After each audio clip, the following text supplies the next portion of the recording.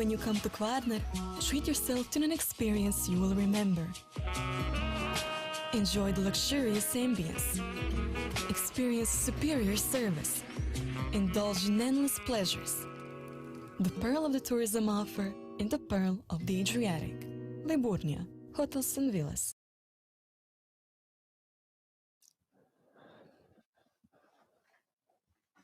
Welcome back, ladies and gentlemen, for the final time to Vallelunga circuit here at the American Festival of Rome with the NASCAR Whelen Euro Series. We have got the final race of the weekend in EuroNASCAR Pro coming up for you. That's going to be starting in around about 40 minutes time. Well, we've had some fantastic action over the weekend so far. 3 races down, just one 75-kilometer, 18-lap race for the drivers to go. As we see the fans getting ready to make their way onto the pit lane and the drivers making their way out onto the circuit.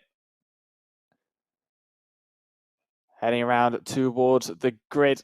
This is the first time a lot of these drivers would have been in the cars since that race yesterday. They had the 10-minute warm-up this morning. But a lot of the EuroNASCAR 2 drivers were actually sent out in that. So, EuroNASCAR Pro, well, the drivers might not have had as much time in the car as they would have liked.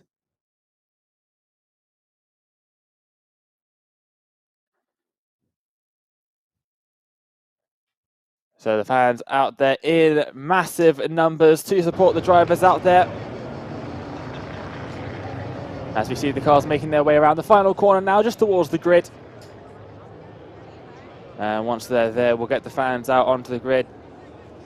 Some brilliant access that the fans do get at these NASCAR Whelen Euro Series events.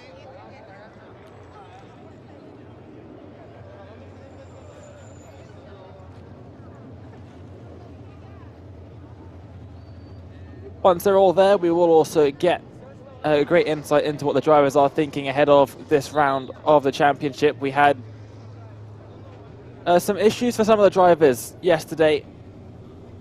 And a couple of drivers having some unfortunate incidents with their cars. And we'll be trying to bounce back from that as well. The championship battle has got ever tighter. As Alon Day closing the gap to Nicolo Rocca at the front of the championship standings. Just 8 points separating them now at the top. Alexander Graf taking 3rd position in the championship after yesterday, sharing that with Martin Dubeck on 154 points apiece. Martin Dubeck obviously also racing in EuroNASCAR 2, so he's already had a good 15-lap race earlier on today.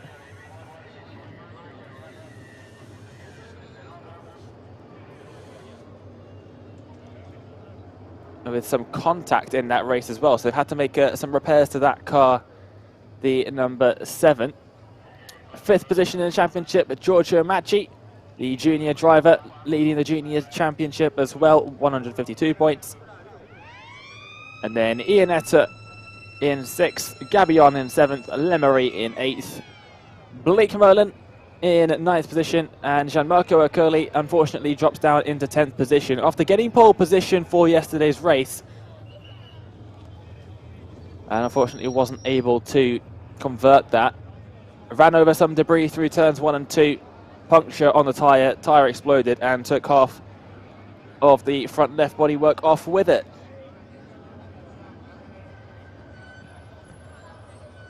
Just over half an hour until we will get the starting command from the Grand Marshal of today's event.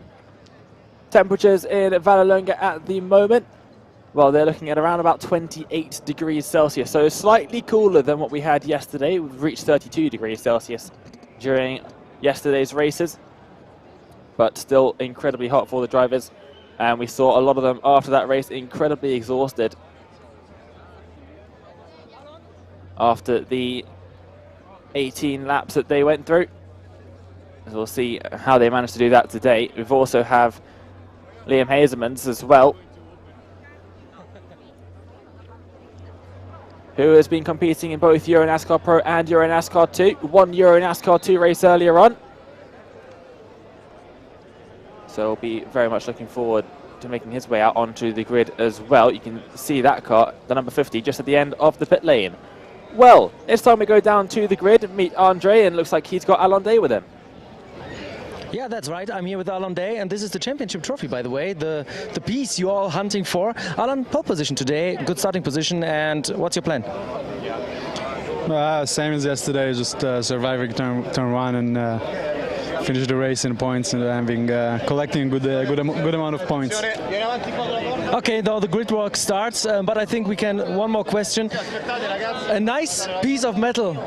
You could be the first four-time champion in NASCAR in your series if you win the championship this year. What would that mean to you?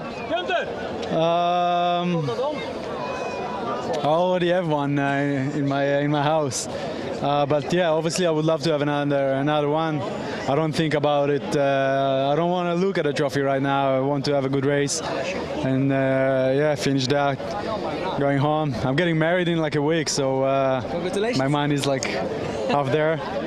And yeah, having a good race, clean race, obviously, and trying to collect, as I said, as many points as possible. I know we have nothing to lose right now, so it's probably going to be difficult, but I have a lot of trust in the PK car sports guys, and I'm sure it will be good. All right, thank you so much and have fun.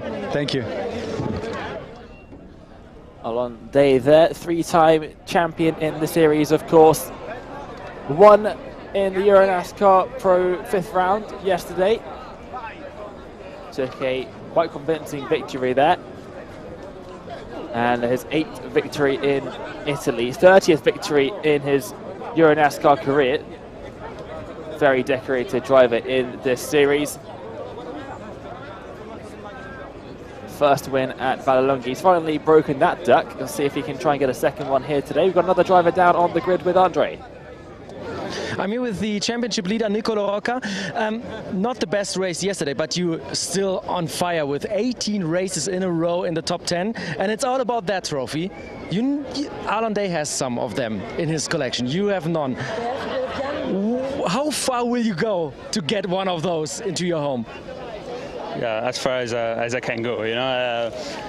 As you said, I've been very consistent in the last couple of years, but it doesn't really pay off that much when it comes to actually winning the trophy. You also got to be aggressive. So happy about the consistency numbers, but yeah, also got to try to be as consistency close to the top as possible. So that's the goal for today. Starting from the second row, definitely better than yesterday. Yesterday was a tough day for us, but you know, the car and the team are incredible, and the car guys are behind me, and I know that, and just made some changes for today's race. I'm very positive that we can have a good fight, and yeah, hopefully fight for better position there where we start. All right, then good luck and have fun. Thank you very much. We stay here and on the grid with the next driver already in line. So we have here Giorgio Maggi. You're strong. Brands Hatch was good. Vallelunga, the first race was good. So close to your first EuroNASCAR Pro race win, I think. Do you feel that too?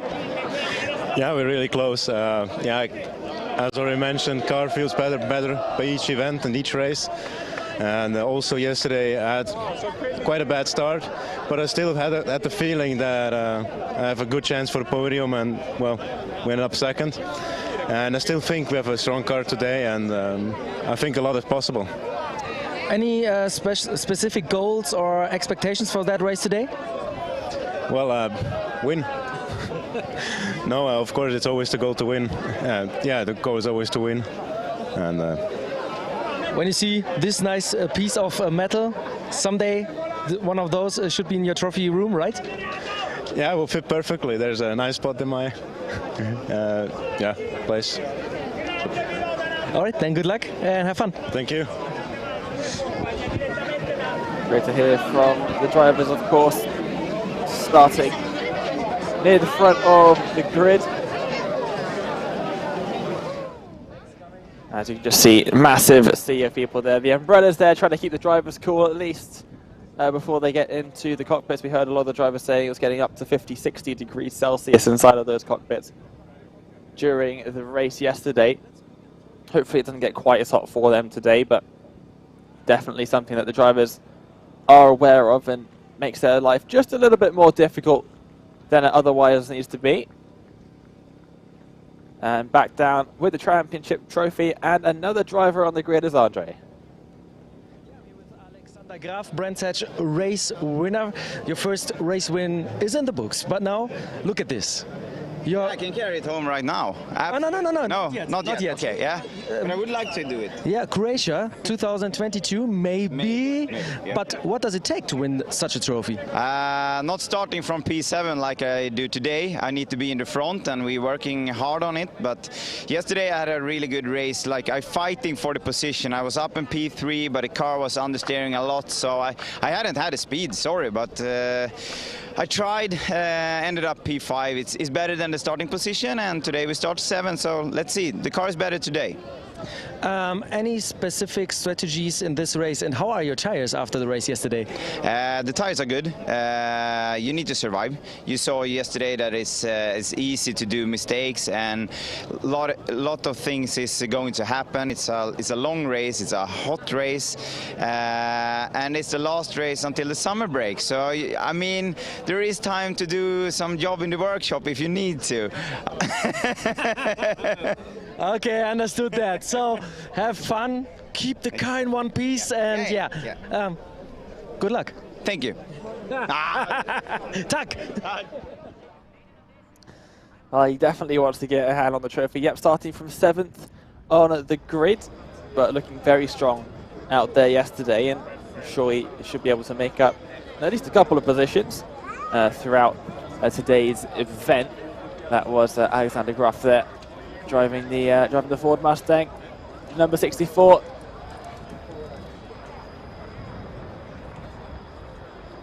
As everybody on the grid trying to get their autographs, have a chat with the drivers, take a look at the cars as well. Get right up and close to everything before we go green in about 25 minutes time. Back down on the grid with Andre. I'm here with Roma Iannetta, driver of the 46 Marcus Motorsport Chevrolet Camaro. Solid weekend, but I expected you to see you in the top 5. Is that the goal for the next race? Yeah, I hope. Yesterday we have some problem at the start. Someone pushed me out of the track, and I restart the race the last. And I take a lot of drivers, some safety car, and I finish 8. It's not perfect, but it's not bad. Top 10. And today we start 8. And I hope to finish in the top 5, yeah. So the car is fast and the track allows you to overtake, so everything's possible? Yeah, we think it's possible in NASCAR, but we'll see. We need to work more with the car now. We need some tests before most, maybe, but I'm confident for the race. All right, merci beaucoup and have fun. Merci, thanks. Taking a look at fans drawing with ice on the asphalt. Not seen that before, but it's definitely hot enough for that to work. As the drivers will still be under those umbrellas that we've been seeing them under the entire weekend so far. How are you doing down there, Andre? Is the heat getting to you yet? Oh yes, it's very, very hot here on the start-finish straight. But the drivers are coming. No racing for anybody? Yeah, unfortunately, we had an engine broken this morning with Vladimiros, and we were not. It was too big, and we couldn't fix it for this race. It was a bit of a shame because all weekend was pretty good, very consistent yesterday. I think we improved for today, but that's racing. I'm gonna watch it. So you're enjoying the race from the spectators' position. We see there we have a lot of fans here. How is it as a race car driver to experience an event like this? It's fantastic. We missed it. It's not the same atmosphere when you're racing alone and we're racing with all the fans, and we're very lucky because since the beginning of the season, Valencia, England, here in Italy, there's a lot of fans coming. We have a great show here, so I think that's how motor racing should be. All right, merci beaucoup and have fun. Ciao. Yes, unfortunately that number 5 machine not able to take the start of the race here in EuroNASCAR Pro. It had engine issues in EuroNASCAR 2, taking out the race leader on around lap 3 or 4. Very big race lead as well Vladimiros Siots has had in EuroNASCAR 2, and unfortunately lost power in that event. So no number 5 car in today's event. And we're back down on the grid with Andre. Yeah, I'm here with Luca Saladino from TJ, the company behind this beautiful piece of metal, the championship trophy for the EuroNASCAR Pro. What's the secret behind that? The secret is that is built by aerospace and biomedical parts and racing parts, because our business is create mechanical parts for F1 and MotoGP team.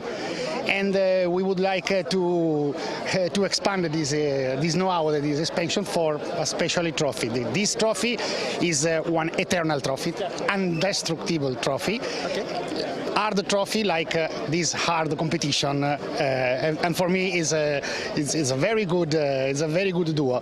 It's the 3rd year.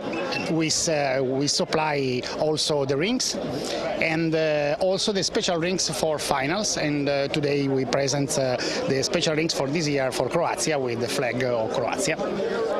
All right. So just an explanation. This is the championship trophy for the EuroNASCAR Pro. The best driver of the weekend in EuroNASCAR Pro gets a special TJ ring, and of course the championship winner gets a championship ring, and that's all coming from TJ, the producer of this beautiful trophy. And now we go back to Dane. It is a wonderful trophy we have on display there. I do like the red colour on the sides of it as well. The fans getting involved there, all taking a look at the championship trophy as well, as we have just 20 minutes to go until we will get the starting command from the Grand Marshal. And the fans will start making their way off of the grid shortly, and give the drivers a little bit of space just to get final preparations done with their teams. But now, a special guest with Andre. Yes, I'm here with the NASCAR Whelen Euro Series president and CEO Jérôme Galpin. We talked with the TJ representative about this beautiful trophy. Perfect fit for the EuroNASCAR Pro Champion, right? Exactly. When you're on the EuroNASCAR Pro Champion, you need a really special trophy. So obviously we have something that is a really piece of industry. So very nice stuff. Very nice stuff. The NASCAR Grand Prix of Italy. We have a nice grid walk behind us, full grandstands with a lot of fans there. How proud are you about that event? No, that's great. You know, everybody knows about Italian and their enthusiasm and their big hearts and so on. So we are really, really happy. You know, when we started having events in Italy, people told us, yeah, if you have an event that without Ferrari or without Valentino Rossi, it's difficult to attract people. But you know, with a fun and family atmosphere, a lot of skids, having activities around the track, the people of Autodromo Vallelunga, they did a great job to entertain, and you know, we are sharing passion together, we are sharing our passion for racing, and we have fun, so that's really cool to spend the weekend together. All right, merci beaucoup and have fun. Enjoy the race. The president of EuroNASCAR there, as the fans make their way off of the grid, and the drivers will start their final preparations before today's final event of the weekend in the NASCAR Whelen Euro Series, round 6 of EuroNASCAR Pro. And we could, by the end of today's event, have a different championship leader. We could have Alon Day on the top of the championship. We've got another driver waiting down, back on the grid with Andre.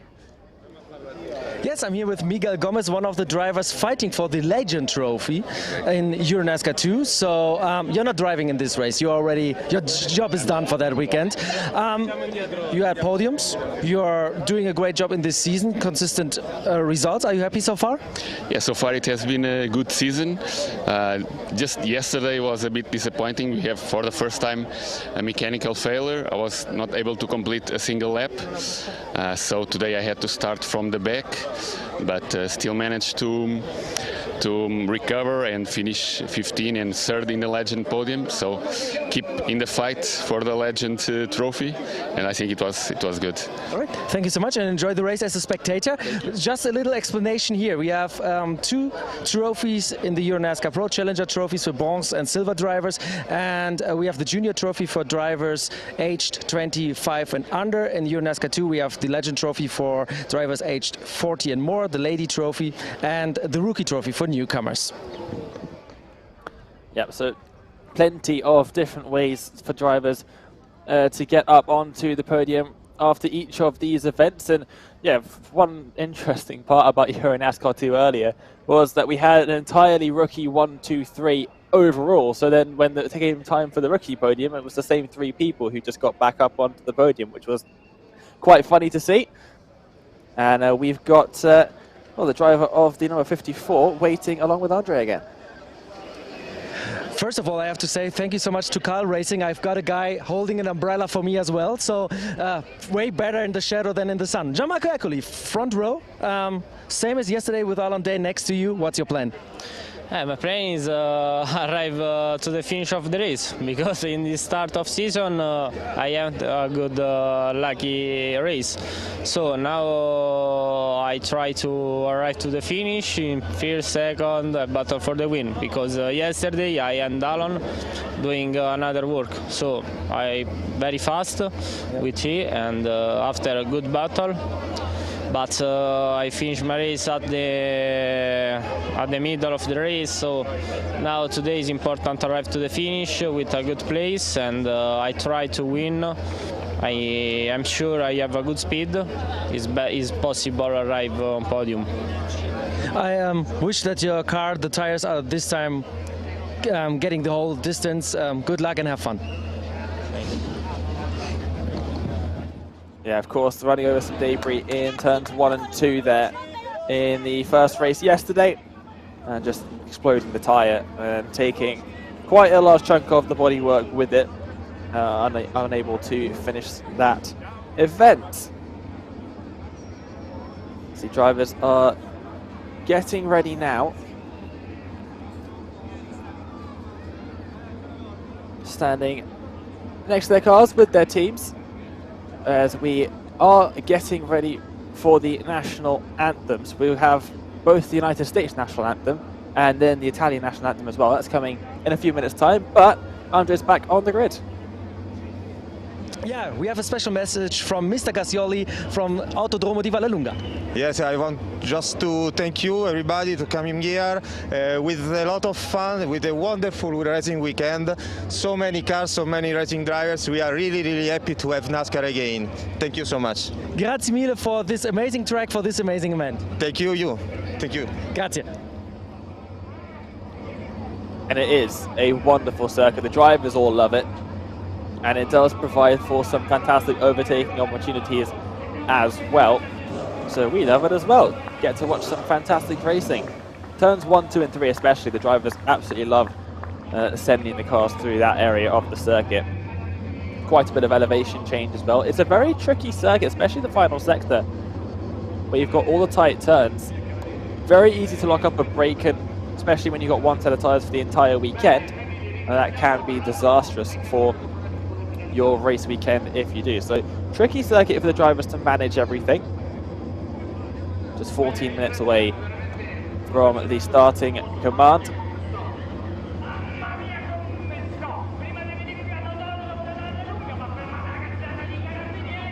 As the drivers all getting their final preparations done. Once again, the umbrella's out in force. Thankfully, Andre managed to find some level of shade out there. Otherwise, he'd just be standing out in the sun the entire time. The drivers have to get into the cars now. You can see a lot of teams have got sunshade over the cars as well, just to try and keep the cockpits as cool as they can be.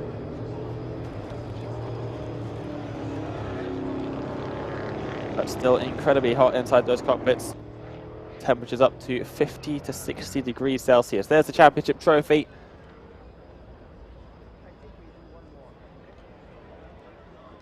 We can see all the fans in the grandstands behind as well. Wonderful atmosphere around the circuit.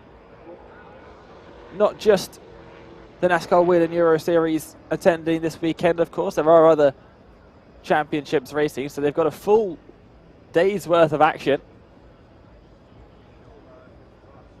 And lots of other activities to do around the circuit as well. Fantastic circuit to host the Italian round. of the NASCAR Whelen Euro Series. Let's have a look at some of the cars that aren't going to be able to make it to the starting grid though. The number 44 machine, various issues for them over the course of the weekend. It won't be able to make it to the start of this race.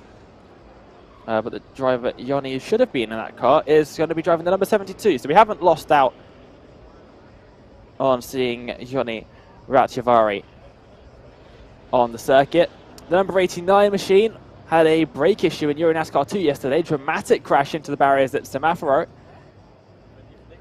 But the driver who should be in that car, Girelli, is going to be in the number 25 machine today.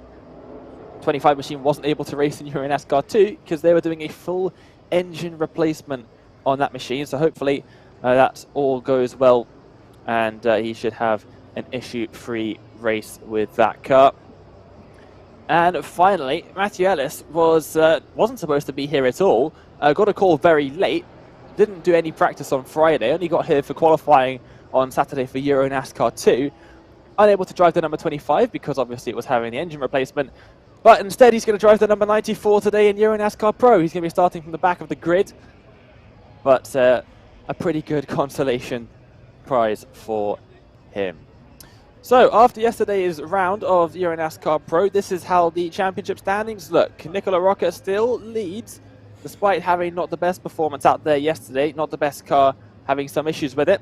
Alon Day catching up, just 8 points behind, 18 points back. Tied for third and fourth, Alexander Graf and Martin Dubeck. Giorgio Macchi in fifth position there. You've got Roman Ianetta as well. Gabion in 7th, Lemery in 8th. And we are just 10 minutes away from the starting command. National anthems in just a few minutes' time. And the temperature, well, it's still rising. Expected to be about 29 to 30 degrees Celsius by the end of this race, as we are reaching the peak heat of the day.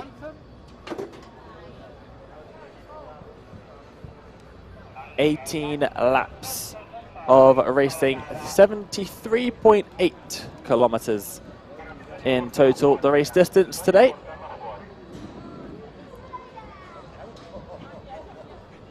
We'll see how the championship looks after that. Heading into the summer break, of course, before we head to the Czech Republic later on this year. Autodromo Most for rounds 7 and 8.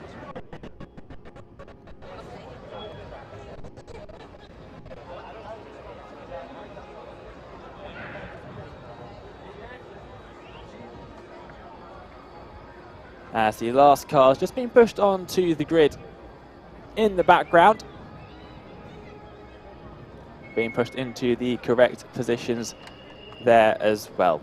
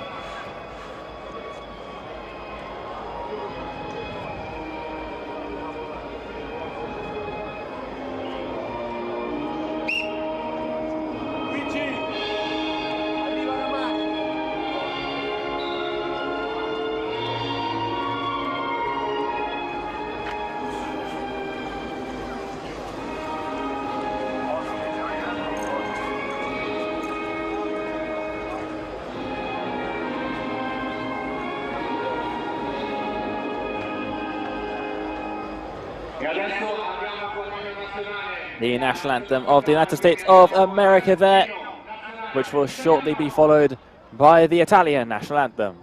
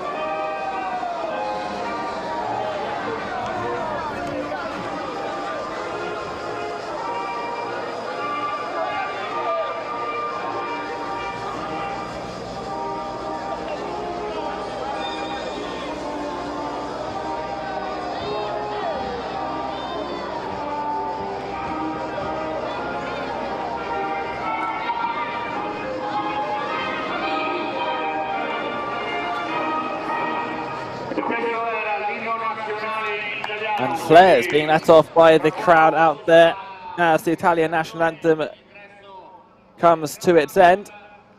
And we are getting ready to go racing for the final time this weekend in the NASCAR Whelen Euro Series. Round number 6 of EuroNASCAR Pro.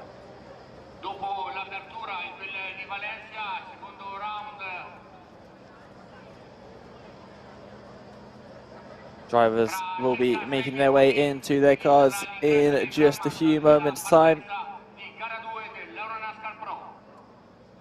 6 minutes away from the starting command.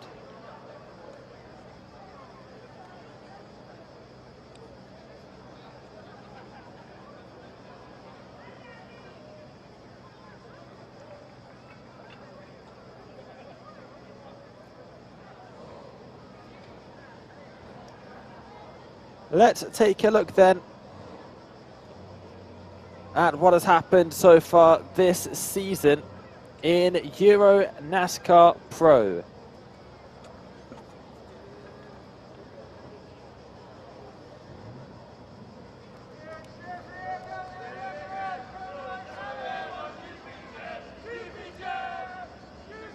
As we've got highlights from yesterday's event.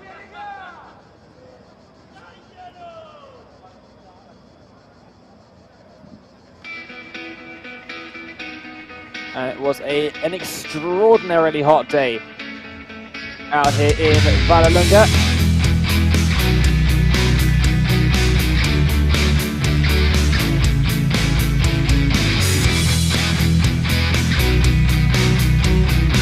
Fans out there in massive numbers as well. And we are green. And it's a good start from Erconi. It looks like he has got a jump on Alonde. They're going to be side by side, making their way through Curva Grande for the first time.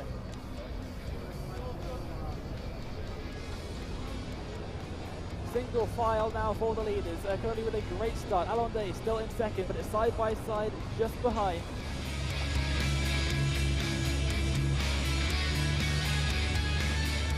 And there we go, back underway with the green flag, and it's a brilliant launch for Alonde. He's already up in front of Ercoli as they make their way through turn 1. They're going to be side by side through Curva Grande. He's not going to be able to hold on just through turn number 2. Ercoli has got away with that one, didn't get the best of launches.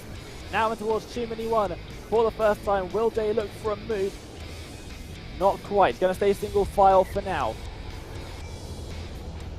As they make their way through Chimney 1 and Chimney 2, side by side, 7 rows back, a little bit further back in the field, but we're still looking at the front 2 here. Ercoli followed by Dave. Dave's going to send it around the outside in towards Campagnano. Still there on the outside. Is he going to be able to make it work? He gets pushed off all the way onto the curb and the painted tarmac. He has the inside line now for turn 8. He's going to push it deep on the brakes. Alonde looking for the race lead. Alonde has the race lead. And look, they're up on the inside of Ercoli as well.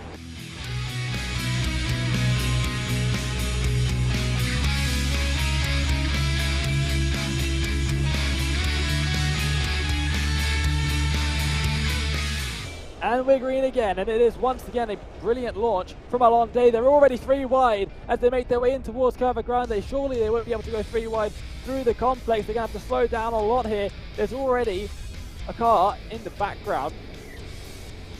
Final lap of the race. Final chance for Rucker to try and make up one more position on Le Marie. There is your race leader. 1.5 second gap to Maggi just behind. Making his way through Campagnano now. Alonde through the very quick and tricky turn line there. Using all of the runoff on the outside where the alternate layout splits from the circuit. Seems to be easing off ever so slightly just to save the tyres a bit. Through the yellow flags as well as Carl on the inside of the circuit, smoking quite heavily. But through the final couple of corners now then. Starting from a second on the grid, taking advantage of Ercoli's mistake. And around the final corner now, Alonde is going to take a 30th career victory and a first at Vallelunga. Alonde wins round number 5 of the EuroNASCAR Pro Championship.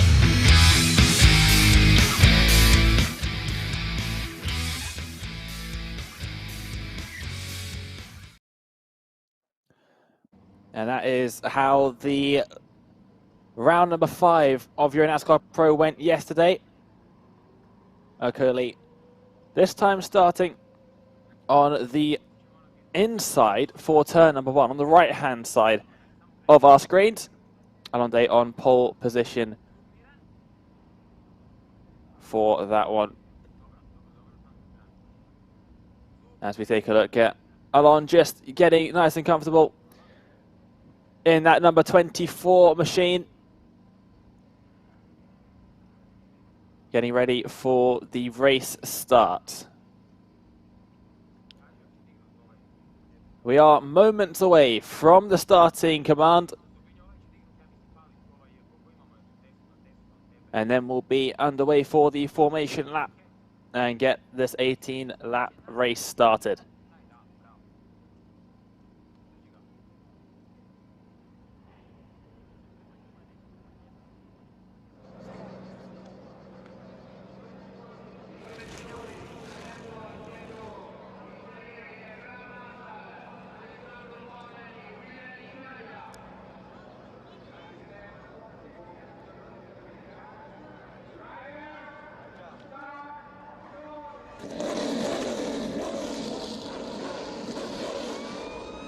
There is the starting command from the Grand Marshal of the race.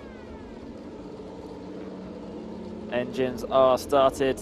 The most famous words in all of motorsport. The one remaining crew member from each team will make their way back into the pit lane.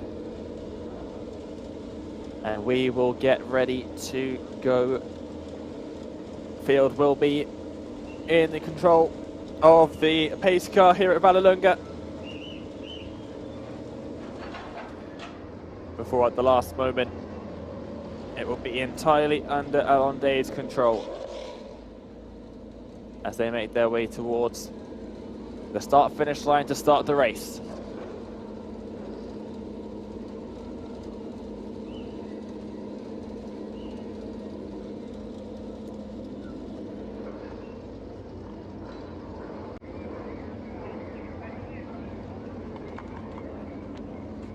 And the pace car will move off any moment now. There it goes. And the drivers will wait for the green flags to start their formation lap. And we'll take a look at the grid for today's event. Alonde starts on pole position in the number 24 PK Car Sport car. Carl Racing, Gianmarco Okoli in the number 54. Alongside him, Giorgio Maggi in the number 18 in third position, alongside championship leader Nicola Rocca in that number 56 machine. Patrick Lemery in fifth position. He'll line up alongside Martin Dubeck in that number 7, starting in P6. Alexander Graf starting in the number 64 in P number 7. Roman Iannetta starting alongside him on the 4th row of the grid. Frederic Gabillon will start off in row 5, P9 on the inside, Sebastian Bleekemolen on the outside. Here is the circuit the drivers have been facing all weekend long. It is a very tricky circuit to get right. A very fast opening half before getting into the tight and twisty bits. Just over 4 kilometers or 2.5 miles long, depending on your units of choice. 14 corners for the drivers to navigate 18 times today. And after that, we will crown our winner. Turns 1, 2, and 3. Very crucial at the race start to get a good run through those, and up in towards turn 4, Chimney 1. Where we'll see most of the overtaking happening at the beginning of the race.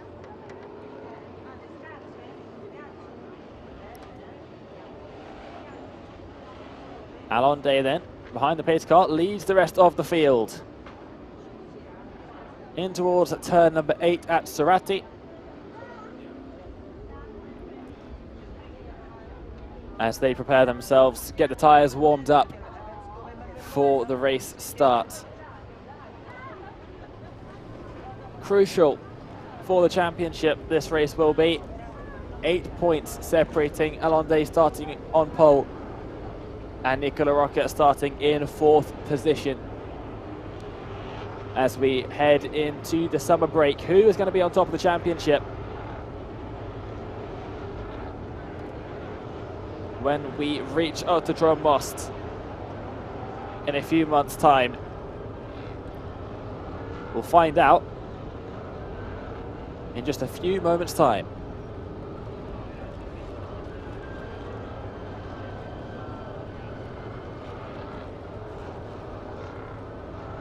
Towards Torrentino they go. Tightest corner on the circuit, slowest corner on the circuit as well. The scene of quite a lot of drama in the EuroNASCAR 2 race earlier on. They come out of that, they head their way towards SC. They form up in the double file formation for the rolling start.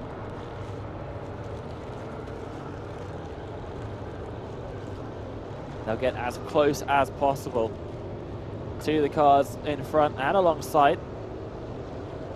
And the pace car will pull away onto the left side of our screen into the pit lane. And there it goes. The field is under the control of Allende. Trying to make it 2 in a row. Heading out of the final corner now. Onto the start-finish straight. Waiting for the signal. And we are green. And it's a fantastic launch from Curly, who's already got in front of Allende. They will have the inside line for Curva Grande. They're still going to go side by side through there. I think there's a little bit of contact in the middle of the field. And Curly has got in front. Curly leads the field. Giving you what?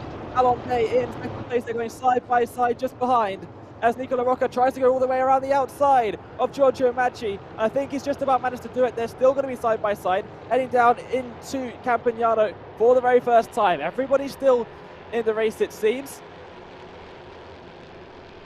As into the next heavy braking zone they go. Gianmarco Eccoli leads. Allende in second. And Giorgio Maggi still holding on just about on the inside of Campagnano, but has to see the position. No, he's going to go up the inside, in towards turn 8, up onto the sausage curbs on the inside as well. Championship leader on his outside. They're still going to be side by side, going through turn number 9. He has to see the position now. And crucial for the championship, Nicola Rocca has got up into 3rd position, sitting right behind Allende.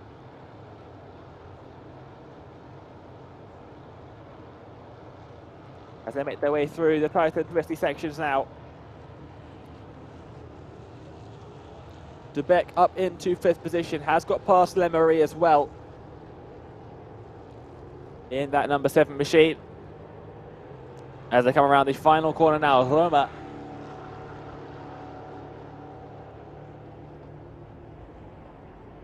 And the lead has been extended throughout the lap by Gianmarco Eccoli. Allende now under pressure from the championship rival as they make their way through Curva Grande once again for the 2nd time. In towards the chimneys now. It's going to have a look to the inside. Is Nicola Rocca. Not quite going to work this time by. Has to back out. Around a second is the gap between Day and Eccoli at the top. Oh, and there's been a big incident there. I think that's actually at turn 11. Double wave yellows as they make their way around the circuit. And it would not surprise me if we see a safety car from this one as well. I think we have just got the safety car. Yep, safety car is out onto the circuit, as it looks like a 3-car pile-up there at turn 11. Torrentino, the scene of much drama in EuroNASCAR 2, and the scene of some more drama here as well. Safety car out onto the circuit.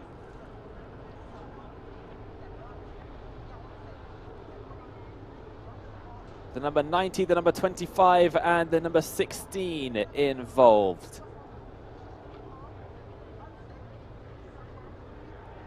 Looks like quite some heavy contact, actually, into those cars that we see stranded there. One of the cars totally deformed as the field files their way through.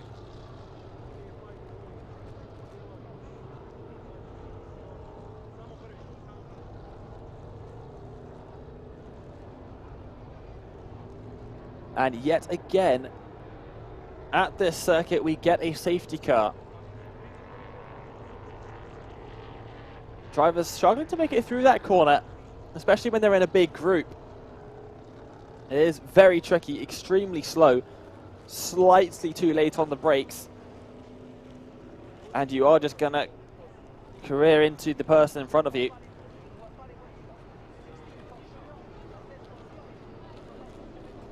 As we cross the line to start lap number 3 then. Okoli does lead. Alonde in second position. Did not get away from the line well at all in the number 24. Okoli with a brilliant start alongside. Was able to get ahead by the time they reached turn 3.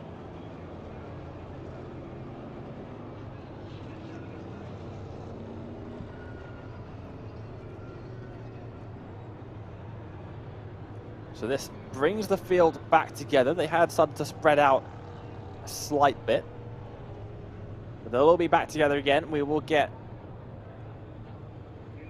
a restart in a few laps at least, as one of the cars already being cleared away. Looks like all the drivers are out of the car, so that's always a good sign.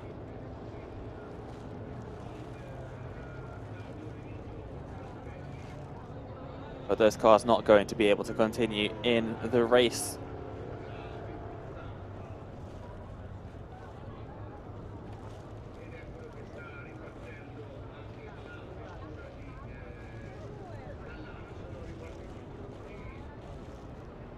Or will they?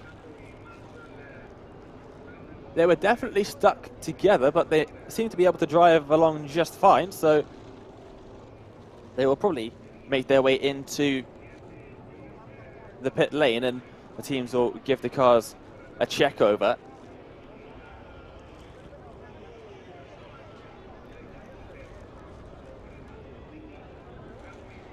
That was Girelli in the number 25 machine.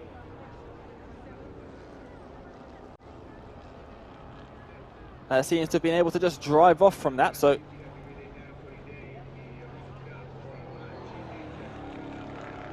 that's good to see. As the safety car makes its way towards the scene of the accident, the number 90 machine there. And they're giving it a once over. Driver sitting in the cockpit still.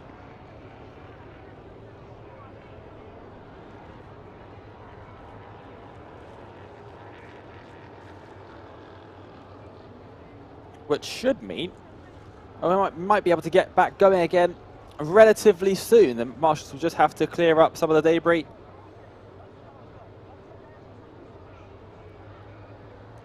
The lights on the safety car still very much flashing, so we will have at least one more lap under the safety car.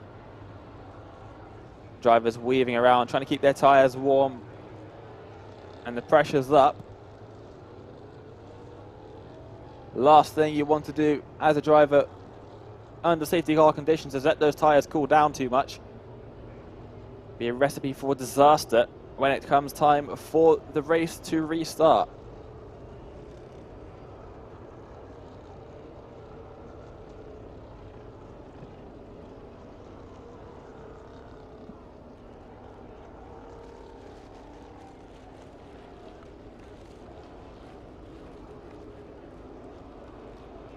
As we make our way now onto lap 4.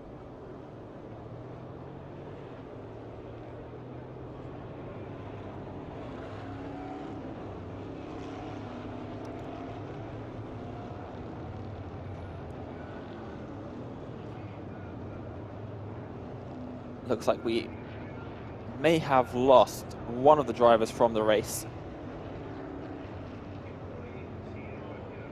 Dropping off the timing screen at least.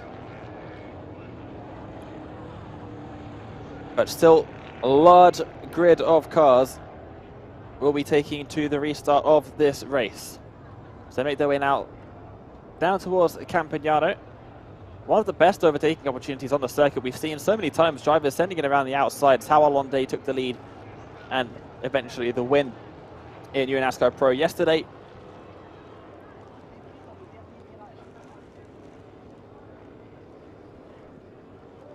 And we're seeing a couple moves there as well. A bit further down the field in EuroNASCAR 2 as well. But Alonde will be hoping that he doesn't need to make an overtake at that part of the circuit, hopefully. For him, he'll just be getting a good start. And at least pressure Gianmarco Ercoli, who has had some fantastic restarts so far in this event.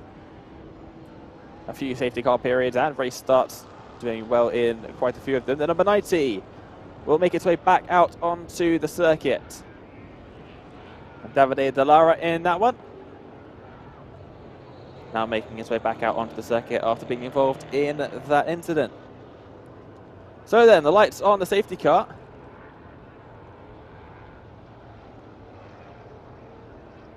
Do seem to have gone out. Safety car in this lap. So as the safety car comes around Tornantino, the drivers will line up once again in that double file formation. And we will get going in just a couple corners time. The field this time in the control of Gianmarco Ercoli.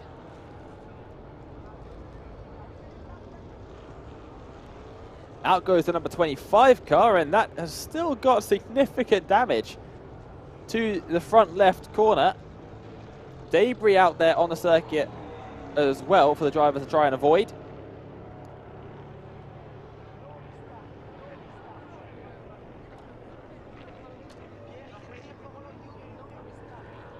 As the field makes its way around the final corner, still under safety car conditions. So the safety car will not be in this lap. The lights are back on. They are reporting the restart. Still under safety car conditions for at least another lap then, as we get on to lap number 5 of 18.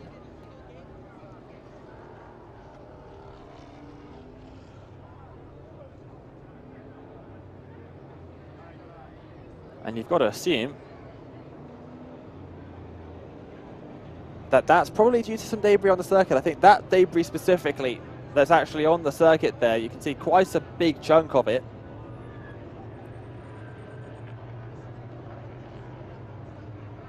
The marshals will probably want to clear that up. As we take a look at the CEO and president of EuroNASCAR there, NASCAR Whelen Euro Series.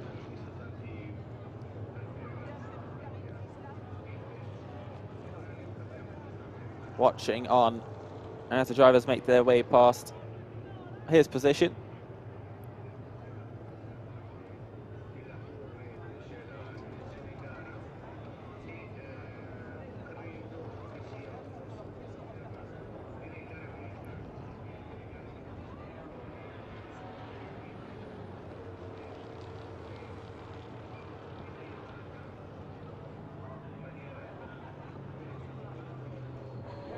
So on lap 5 of 18.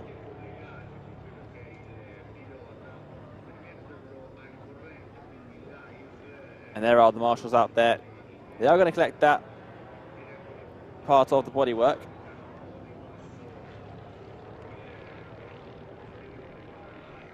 Off of the apex of Curva Grande as well, so a place where you'd expect cars to usually be.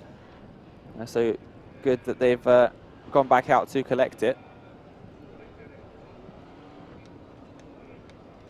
And we'll see as we head into Semaforo if the lights on the safety car will go out once more, and we'll try and restart the race again.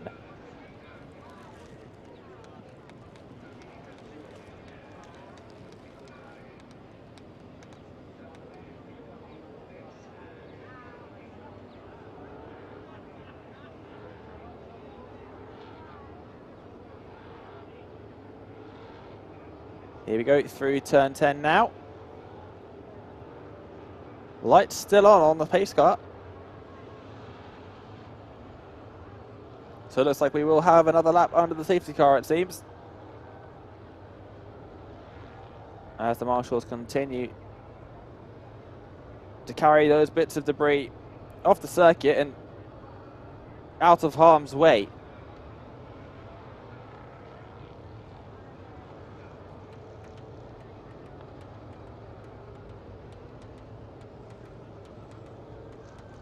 Drivers saying after the race yesterday that the safety car periods made the heat worse, because usually they got a little bit of air flowing through there into the cockpits through the windows.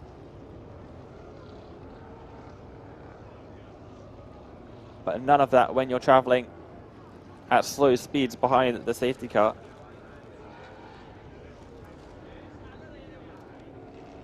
So drivers getting warmer and warmer inside the cockpits there. It's got to have some level of an effect as they cross the line. Lap number 6 begins under the safety car.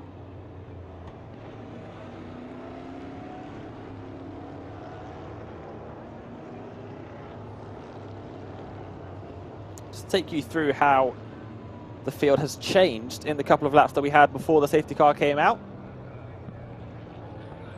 Gianmarco Ercoli started second, is now first. Alonde started first, is now second. Nicolo Rocca is started in 4th position and is up in 3rd. And just as the top 2, we have Giorgio Maggi in 4th position, started in 3rd. The number 72 car has pulled over to the side. The number 72 car pulling off to the side of the circuit. Couldn't quite see where on the circuit that was, but that is Joni Rauchivari. Was in 19th position, has pulled over right next to a marshal station.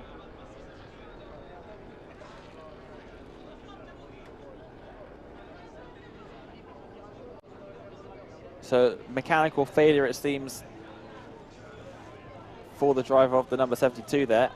Unfortunately for Johnny, was in a car that wasn't able to take the start of the race. Got a replacement car sorted, and unfortunately that car doesn't seem like it's going to make the end of the race either. Safety car in this lap. So lights on the pace car will go out around about halfway round the circuit, just to let the drivers know. And there they go now. Out they go. The drivers are going to get ready to get this race restarted on lap 7 of 18. They'll have 12 laps to go when we get restarted. Looking down the rest of the order, outside of the top 4, we've got De Beck, started 6th. Is now in 5th position. Graf started 7th. Is now in 6th. Iannetta in 7th position as well. Gabillon moving up into 8th.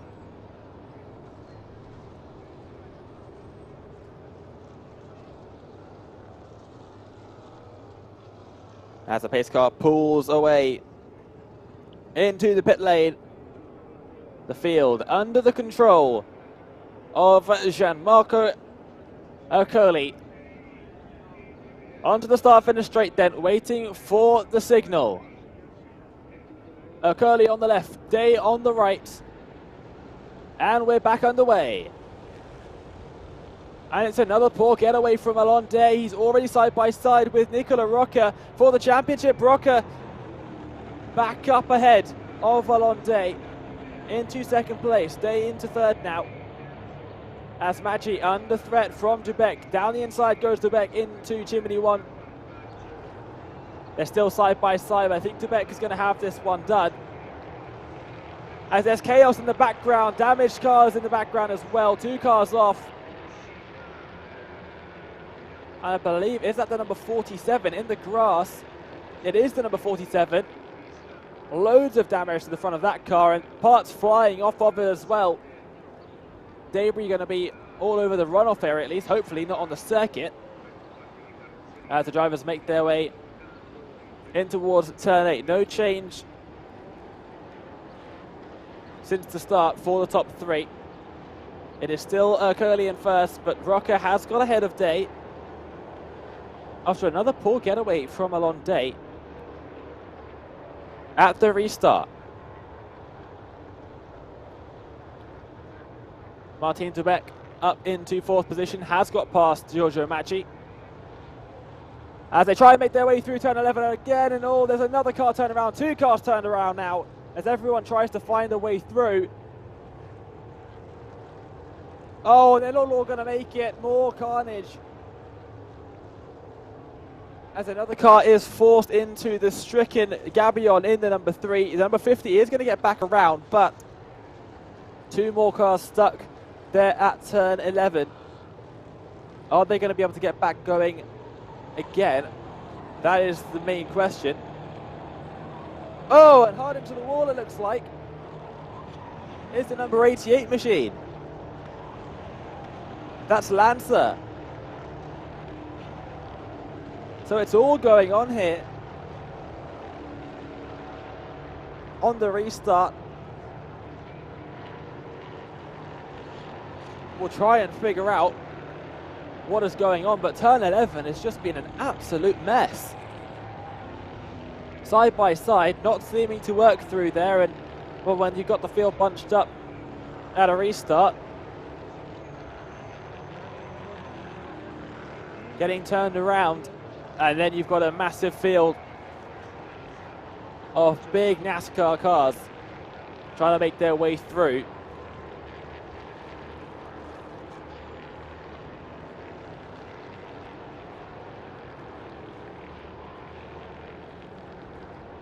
But it does look like the cars at turn 11 have been able to make it out of that situation. Still debris on the outside of the circuit, looks like, but none on the actual racing surface.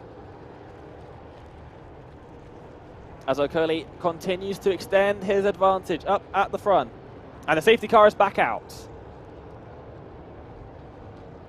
Safety car back out again as they would come across the line to start lap number 9 in this race.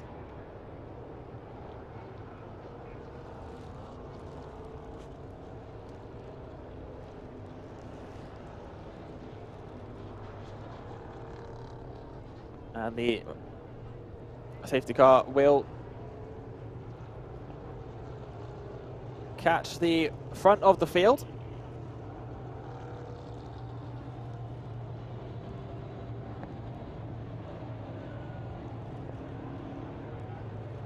And there go some of the cars directly into the pit lane. We saw them have a bit of a tangle outside of Chimney 2. Couple cars going off. There is a replay of exactly that. Bits of cars going everywhere. The 47, it looks ruined. At least the bodywork on it anyway. And then a mess in turn 11. Cars going everywhere. And then right at the very end, there. I can't quite tell which cars they were, but one of the cars is essentially not slowed down and just pushed another driver straight into the stricken number 3 car. They'll be coming around now. Bang.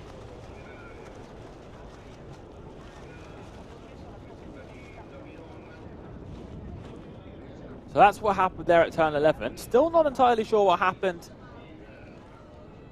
to Lanza in the number 88. Lost the front of the car, was in the gravel, possibly hitting the wall, but for sure out of the race. Yeah, you can see there that car is not in good shape at all. And is the cause of the safety car getting towed away now.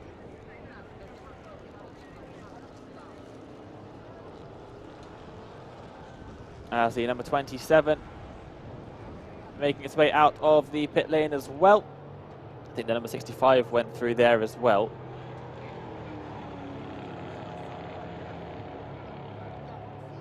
Making their way out of the pit lane.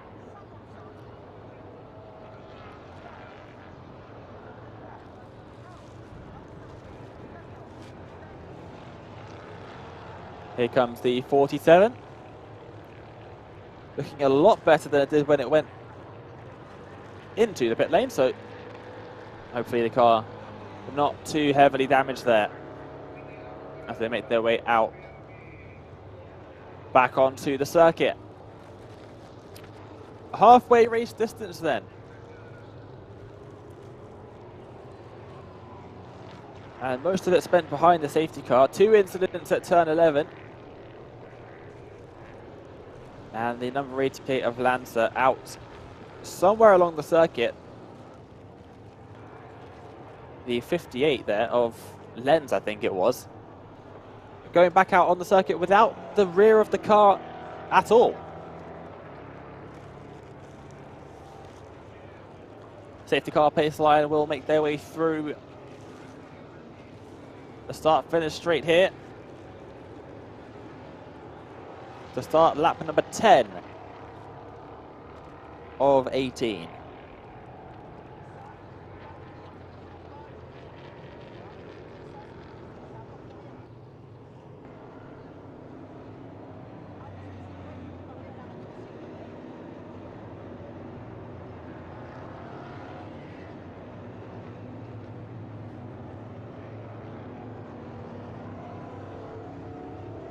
There goes the number 88.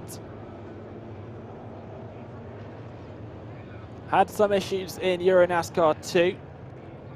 Quite a bit of damage, apparently, to the engine cooling.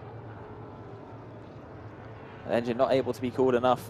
Some vapor lock in EuroNASCAR 2's race after some contact with Dubek.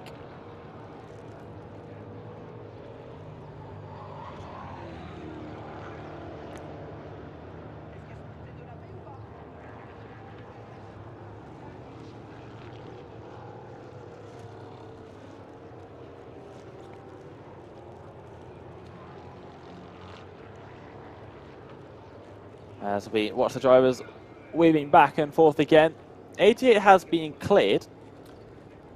Still a bit of debris out in the gravel trap, so I wonder if we'll be able to go green at the end of this lap. We will see.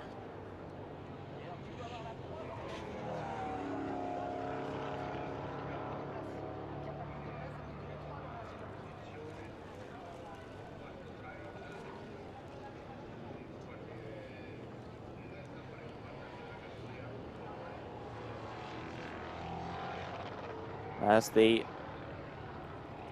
safety car makes its way in towards the Semaforo now. Running order at the end of this safety car period will be Gianmarco Bercoli and Nicola Rocca, Alon Day, and then Martin Dubek, Giorgio Maggi, Alexander Graf in the top 6. Safety car will not be in this lap. We are going to have another lap of a safety car period.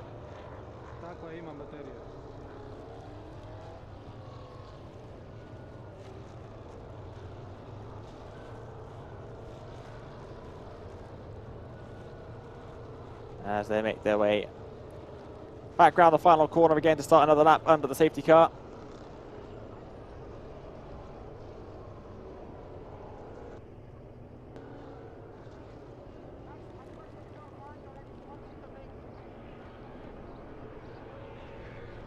And there goes Girelli from behind the pace car. Going to go and get a free lap back. Getting the lucky dog, as it's known in NASCAR.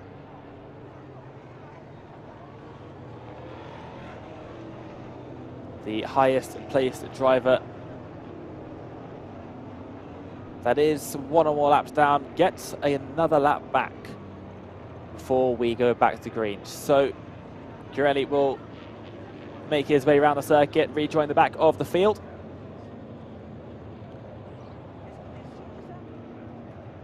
As the drivers make their way through Chimney 1 and Chimney 2 on lap 11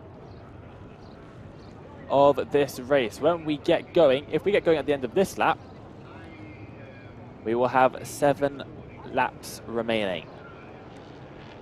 And not a lot of time for the drivers to try and make up more positions.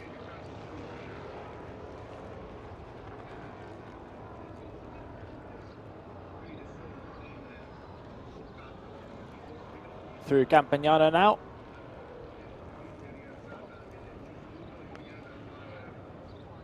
Seventh corner on the circuit.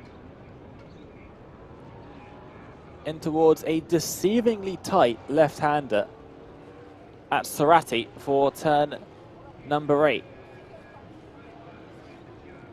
Feels like you'll be able to carry more speed through it, but very tight. Has got the sausage curbs on the inside and on the outside as well. Really important to miss both of those. And the safety car will be in at the end of this lap. We'll get restarted on lap 12 of 18 with 7 laps to go.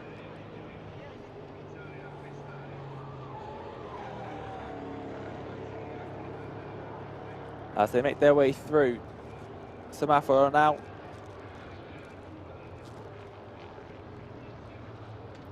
And it will be a single file restart. So seemingly race control trying to ease things up a bit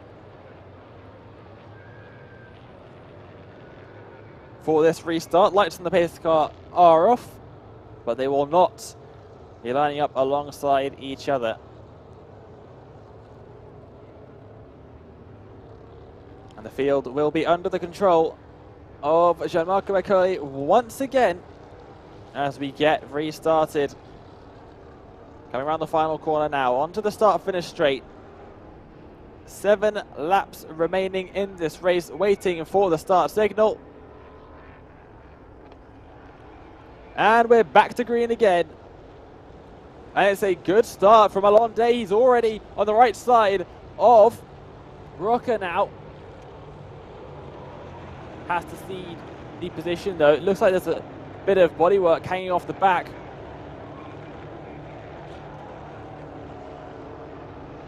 Of one of the cars in the background there. As they go side by side now to Beck and Maggi. Side by side, and a couple of drivers making contact a little bit further back in the field. And the number 65 off on the inside of the chimneys. That's Romagnoli. He's going to be dropping back a bit. Side by side a little bit further up as well. Maggi and Graf. Graf trying to go around the outside at Campagnano, but not quite able to make that one stick. Going around the outside of turn 8, also not quite going to work as they make their way through turn 9 into turn 10. And it's single file, at least for the top 7 drivers. Making their way through now. Turn 11. Are we going to make it through cleanly? This time on the restart, there's a big checkup in the background. A car is over the sausage curbs on the inside, but I think we've just about made it through cleanly. As Alonde now taking a wide entry, going to try and get a good exit out of the final corner. Try and catch up to his main championship rival, Nicola Rocca. As they head to Curva Grande now, once again for the 13th time in this race.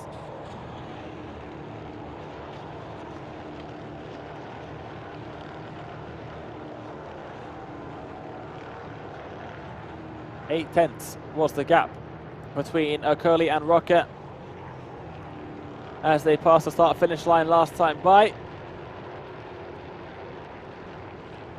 And this is the sort of point where we see who's got the better tyres, because they've only got 6 or 5.5 laps to go.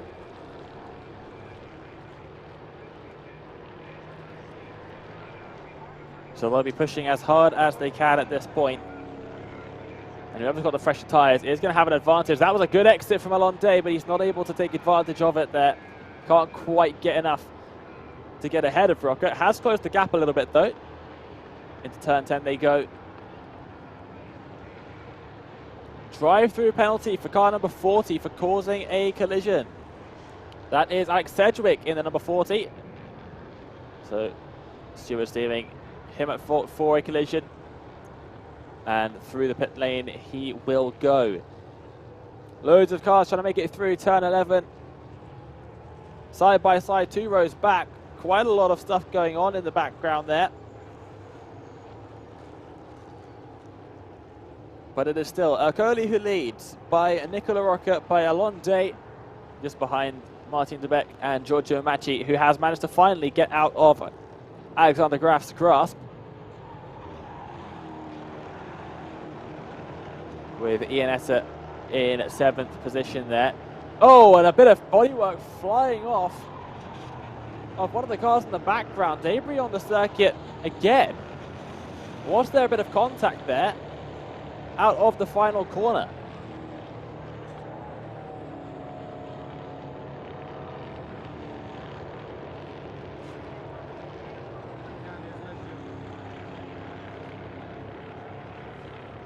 As Macchi there goes around the outside of Martin de Beek at Campagnano. Looks to the inside for turn 8 as well. Not quite as late on the brakes, but has forced de Beek into the inside. As further up ahead, Alonde's at the inside of Nicola Rocca as well for 2nd position. They're going to go side by side as well. He's going to need to move stick. Oh, there's problems for Rocca. Rocca's slowing down.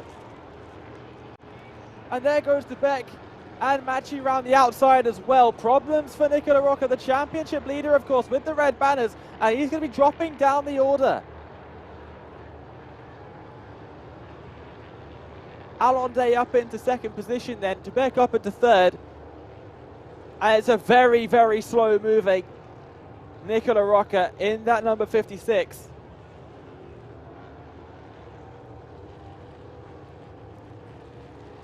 As they make their way around the final corner now. And that is disastrous for the championship leader there, who has just made his way into the pit lane. New running order updating on the timing tower. It's a 2-second lead for Gianmarco Ercole. 4 laps to go.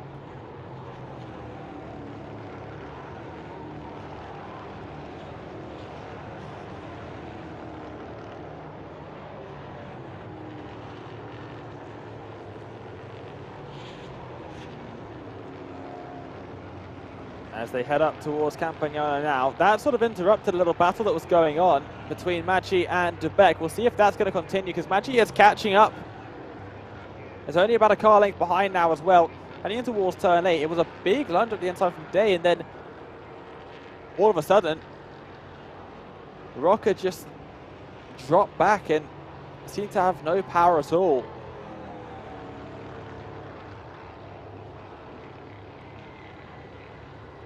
Bit of debris on the outside of the circuit there as well. Number 7 and the number 18. De Beek and Macchi.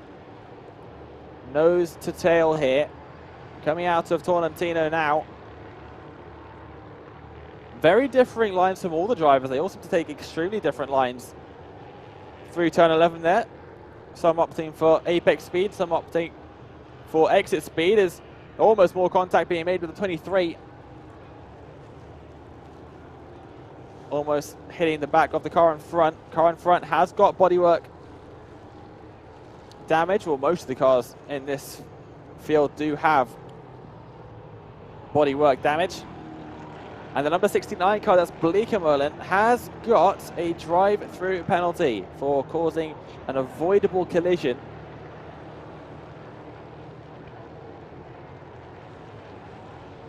And we watch now as they make their way through Curva Grande. There is the 69 serving the penalty. And they're going to go side by side here as we make our way into Chimney 1 and Chimney 2. This is the battle for the last 4 positions of the top 10. Sokolovsky just in front of this train. Armetta behind at the 55. Under pressure now from Tuomola. Trying to look around the outside here into Campagnano. Is it going to go around the outside of both of them? He's certainly going to try it. They're almost going 3 wide at the outside of Campagnano here and there. To the inside, in towards turn 8. The 23 is up to the inside of the 55. And that should be job done. Yes, it is. The number 3 is going to try and have a look as well. That's Gabion. And the 55 loses 2 positions. In the same corner, here comes the 23 up the inside, in towards Semaforo now. Plenty of room being given by the 48, and the 23 is going to make that one stick as well. So 23 car of Tuomola all the way up into 7th place. 2 positions gained in as many corners.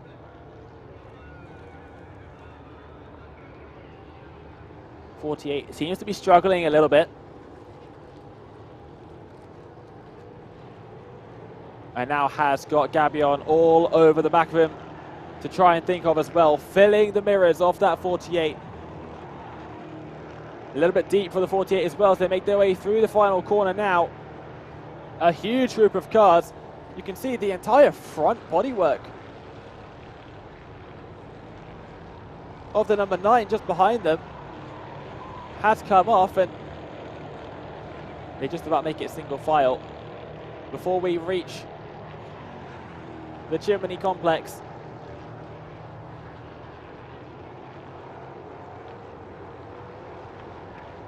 Everyone trying to get involved here.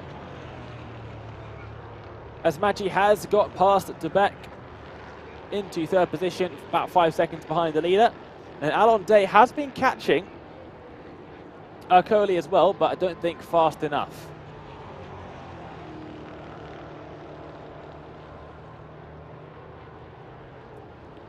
As we are on lap number 17, of course.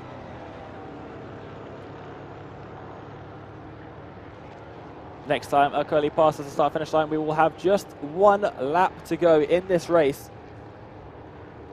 As just behind Graf, all over the back of Dubek here.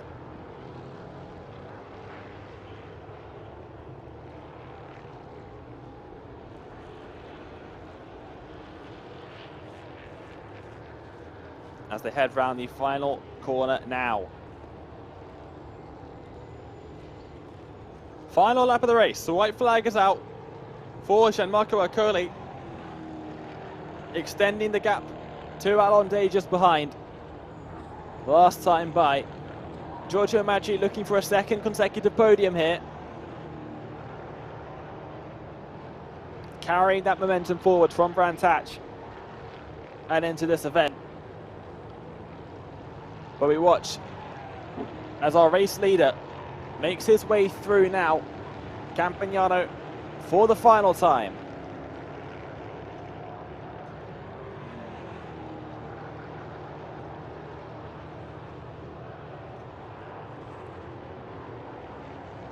Driver of that number 54 Carl Racing car. Getting ahead at the very start of the race. And never looking back. 2 safety car restarts, absolutely not a problem for him.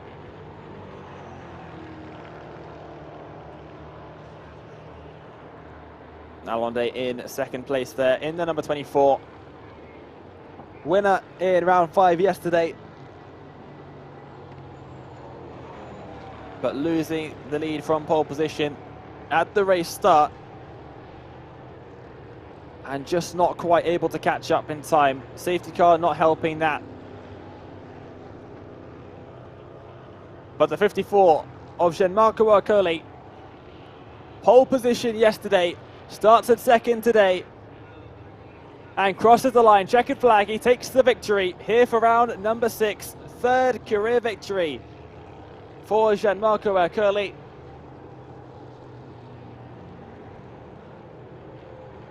Alon Day finishing in 2nd position.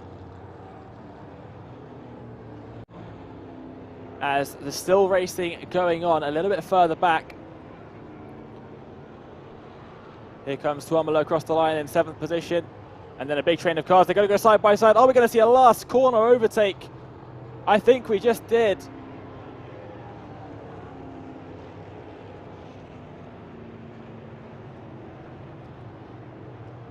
Cresones taking Casso at the line to take 12th position away from Casso there. As the drivers will make their way back down into the pit lane.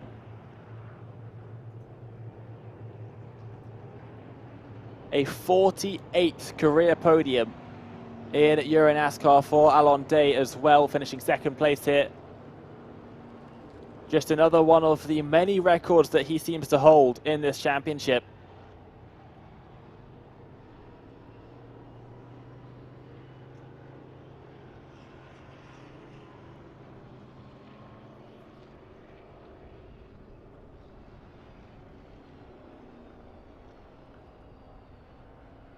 And a very, very happy Gianmarco Eckerli in that number 54 machine, waving to the fans, to the marshals as well.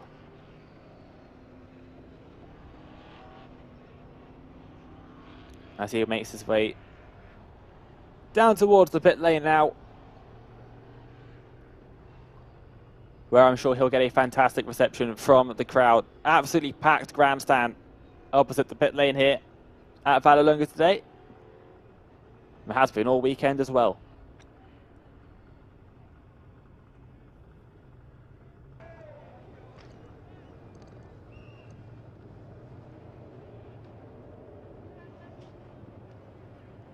Race results then, provisionally. Gianmarco Eckerli taking the win. Alon Day in 2nd place. Giorgio Maggi in 3rd. Martin de Beek in 4th. Alexander Graf in 5th. Roman Iannetta in 6th position. Tuomola in 7th. Sokolovsky takes 8th. Gabion in 9th. And Armetta taking 10th position at the end. And there goes the car racing team crowding around the number 54.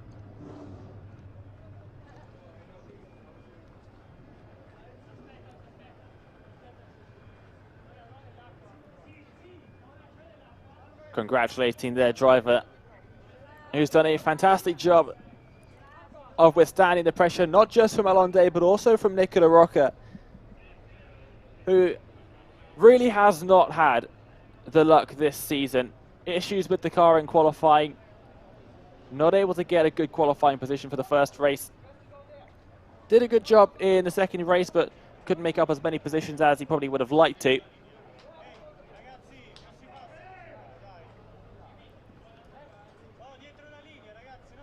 Starting in 4th position today, gets up into 2nd place right near the beginning, and then having issues as well. Very unfortunate weekend for the championship leader.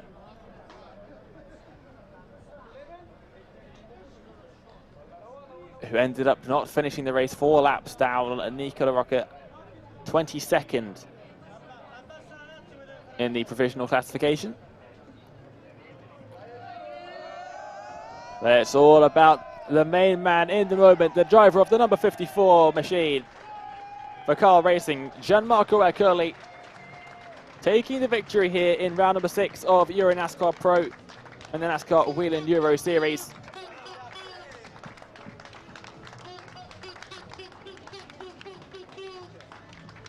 The team very, very happy with this result here.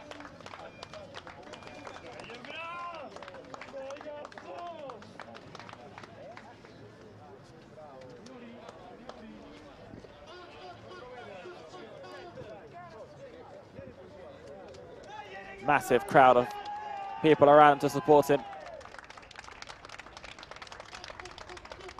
And the crowd in the grandstands as well, showing their support for Gianmarco there.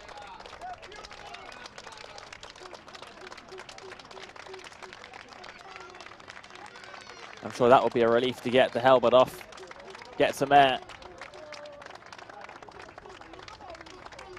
Extremely warm in Vallelunga. 29 degrees Celsius as it stands at the moment, but much hotter inside the cockpits, of course.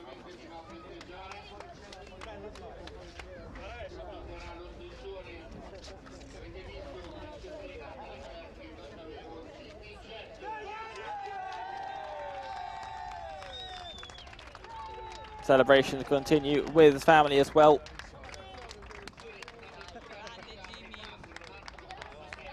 Brilliant to see here.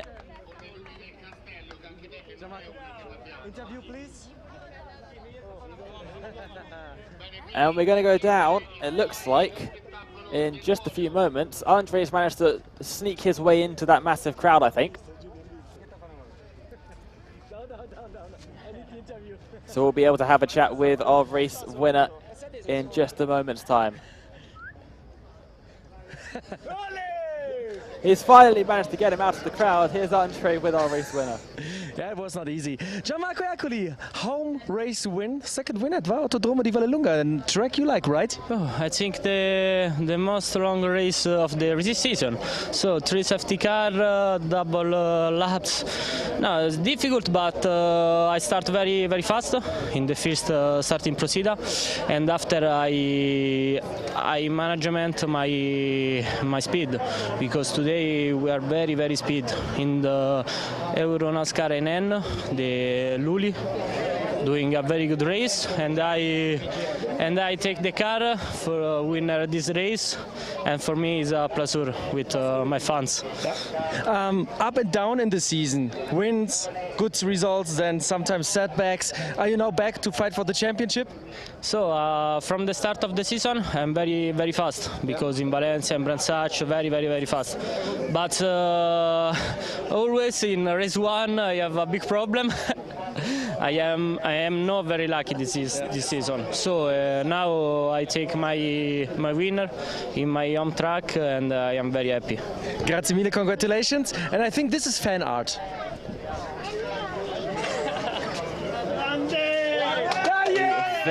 Very happy driver right there. Has not had the luck this season. Finally gets some going his way with a brilliant race start and managing to hold off the pressure on the restarts as well. Definitely did not have it easy today. Every time the safety car comes out, complete reset. Everybody's right behind, ready to get past you, but a brilliant job done Let's do it in front of this by Gianmarco Ercoli.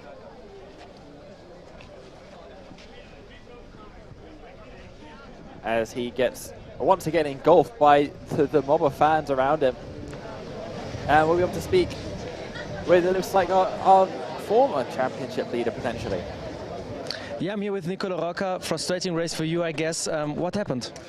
Yeah, just the clutch. The clutch went off, and it started getting worse and worse after 6 or 7 laps. So I was trying to defend and trying to do my best. Obviously, I had a couple of very good restarts. I was feeling very good the first few laps.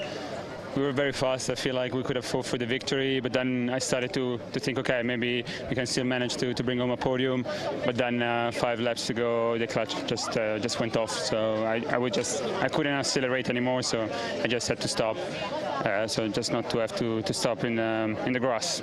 So yeah, a shame, you know. A pretty bad weekend for us. But I'm happy that we worked a bit as a team and we improved. And today, from yesterday, we were definitely much faster. So thanks to the car guys, obviously, for giving me a great car. These things happen. We can get rid of some results, 2 results. So it's not the end of the world. And up until now, it has been everything smooth and smooth sailing. But yeah, now we're gonna have to bounce back strong as possible in most.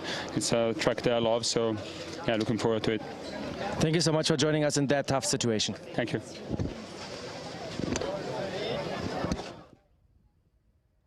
Well, yes, we did just hear from Nicolo Rocca there. Understandably, not the happiest driver on the grid. There's nothing you can do about mechanical failures like that, and just unfortunately was running a fantastic race up in second. Possibly could have fought for the lead of the race as well. But of course, the clutch failing him on this occasion. Only halfway through the season, though. Plenty of time for him to try and catch up. The gap will still be fairly small as well. There's still going to be a close battle to the end. As you can see, team members, fans, family all crowding around. And we have quite a few awards to give away at the podium as well. But first, let's speak to the driver who finished in second place here with Andre.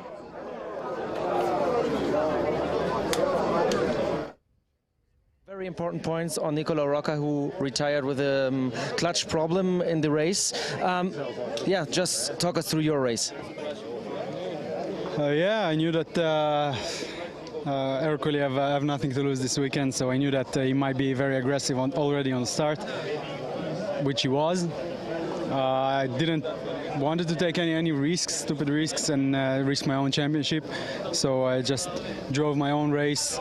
Yeah, we have a lot to analyze and working for the next race, but now we have a break and I have the time to get married. Congratulations again on that. But we have to see the championship in the focus right now. We still have to calculate the points, but it's looking very good for you right now after this weekend, I think. Again, I don't want to think too much about the championship. I think race by race, because when you start to think about the big picture and you start to imagine the big trophy in your house, and the expectation getting so high. We work race by race, and the guys did an amazing job with the PK Car Sports and Monster Energy. That yeah, doing an incredible job, and I'm very thankful for having each race. I'm having probably the best car, and yeah, thanks to them, they are the best. So thank you so much, and enjoy your time with your fiancée, future wife, in 1 week. Thank you very much. Thank you. Here from Alon there, getting a little bit lucky in terms of the championship, but still an impressive weekend for the driver of that number 24 machine. Will be making his way up to the podium very shortly. But it's time to speak with another driver who has been on form recently. It's Giorgio Macchi with Andre again.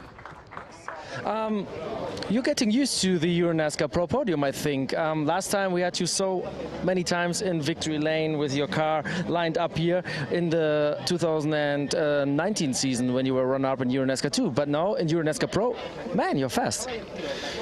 Yeah, it's been a while since we had really the pace to be on the podium every race, and yeah, we're getting there. We're getting faster, we're getting more consistent.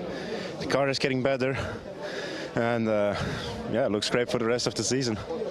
So, do you have to adjust your goals a little bit? I don't know what you had in mind before the season, but after those performances, where do you want to end this season? I think everybody has the same goal. Everybody wants to win. And if not, you're kind of in the wrong profession. So even if I'm starting last after the goal to win, and starting first after the goal to win, it doesn't change. But yeah, as said, we're getting better and better. It was a tough race. Junior trophy win again as well, 4th consecutive win in this category for drivers aged 25 and under. How is it? Do you have this special classification in mind when you race? Not really, because in the race you kind of other stuff on your mind. You have a guy behind you, in front of you. You're just really trying to get the best out of it. And but yeah, of course I'm happy if I get the win in the junior. But the main focus is on the main championship. All right, thank you so much, and see you at Most. Thank you.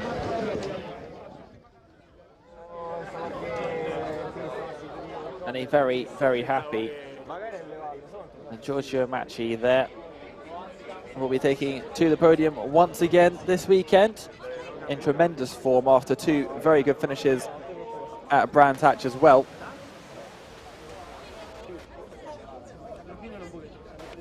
He's looking good heading into the summer break here, as the drivers are going to be making their way over to the podium very, very shortly. But I'm sure we can still find a couple more people to have a chat with before then. Here's a look at the start of the race, and right from the beginning, Ercole with a brilliant start. Alon not wanting to risk anything, lifted off.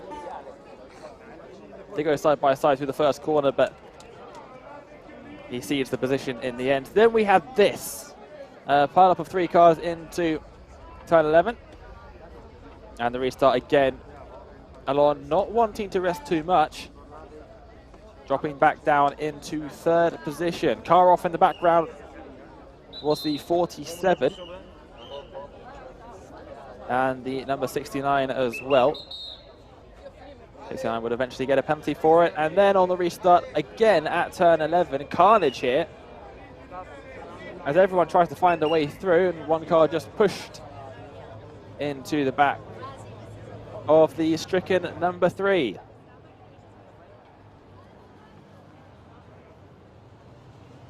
Get another shot of it here. You'll see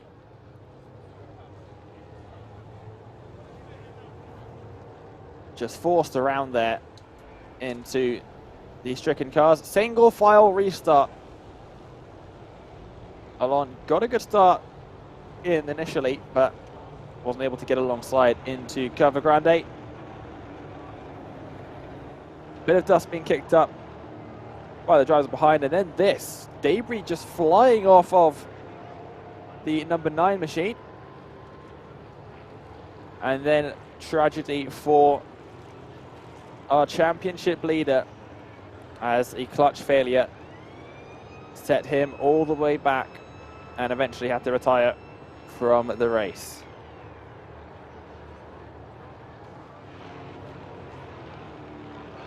Had some good battles elsewhere in the field as well,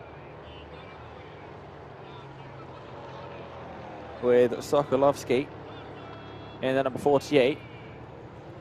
Getting swarmed here. You can see the number 3 and the 55 battling it out as well. We have the drivers on the podium. Machi onto the third step of the podium there, finishing in third position. Second place driver, Alonde, in the number 24. And your race winner for round number 6 of the EuroNASCAR Pro Championship, it is, of course, Gianmarco Ercoli, and here he comes now. Very happy driver onto the top step of the podium.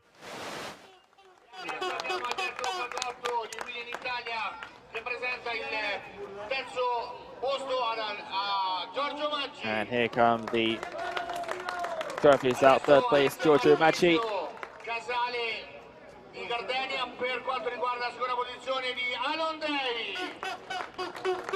A 48th career podium in EuroNASCAR for Alonde.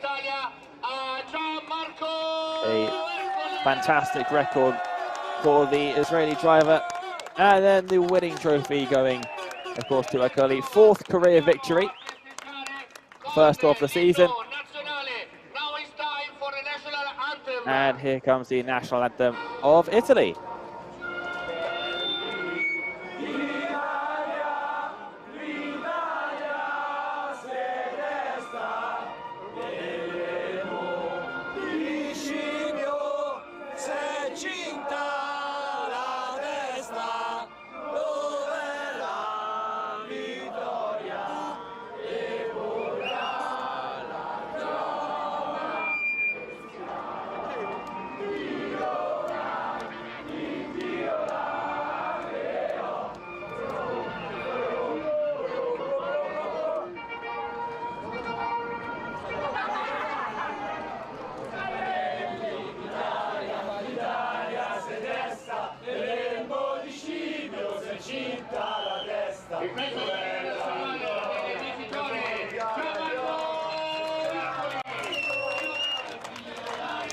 And the team and fans down below continuing the national anthem, but it is time for the champagne.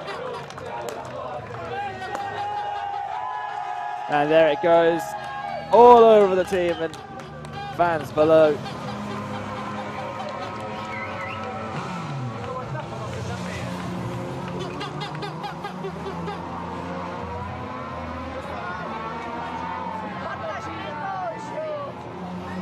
A fantastic victory for the Italian at his home race as well. Brilliant drive from Gianmarco Ercoli.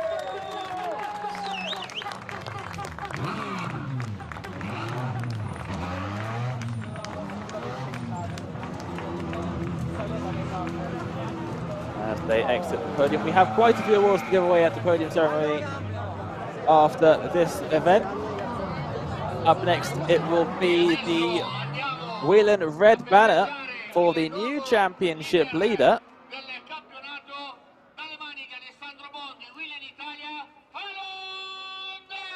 And it goes to second position in this race, but leading the championship now. Red banner goes to Alonde, three-time champion, now leading the championship heading into the second half of the season and the summer break. The number 24 will be sporting those red windshield banners.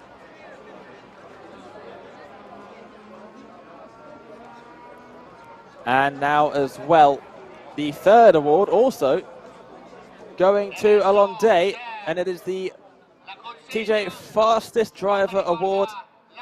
So this is the driver who did the best over the course of the event, so rounds 5 and 6 in EuroNASCAR Pro. And the TJ Titanium Ring, presented by Lucas Aladino, goes once again to Alonde.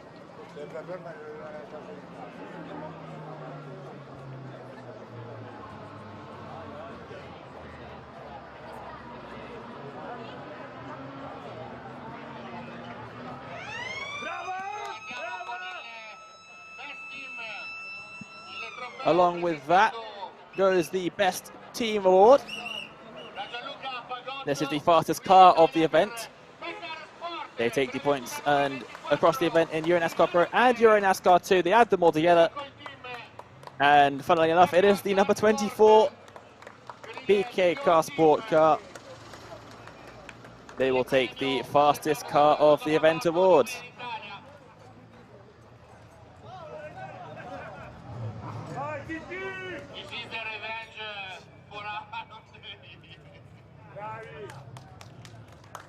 Posing for the photo there, trying to get the champagne bottle open.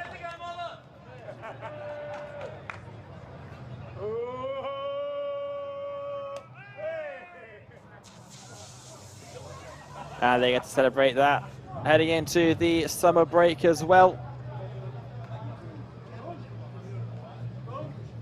Brilliant job by that team with the number 24 doing well, not only in EuroNASCAR Pro, but also in the EuroNASCAR 2 Championship as well.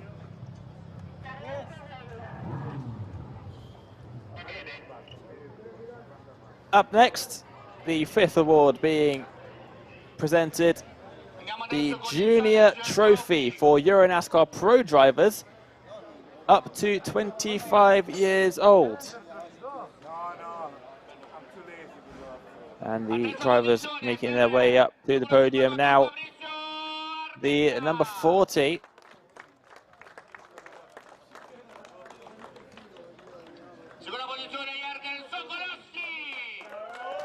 of Alex Sedgwick out there in third position. Thomas Crasonis in second place.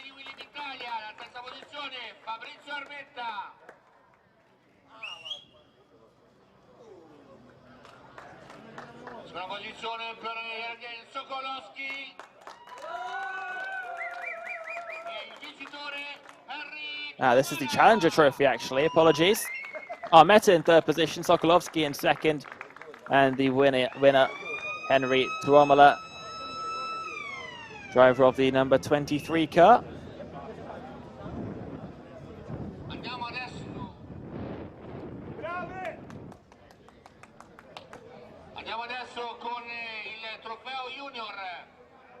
And now we'll get the Junior Trophy presented. And out comes Alex Sedgwick now.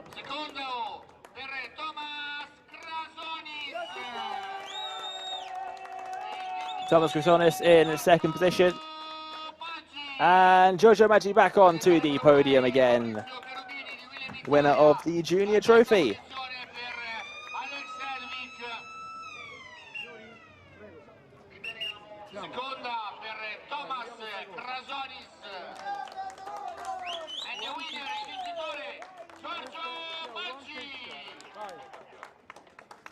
Back onto the podium again, the second time in this event alone. A fantastic job being done by Giorgio there.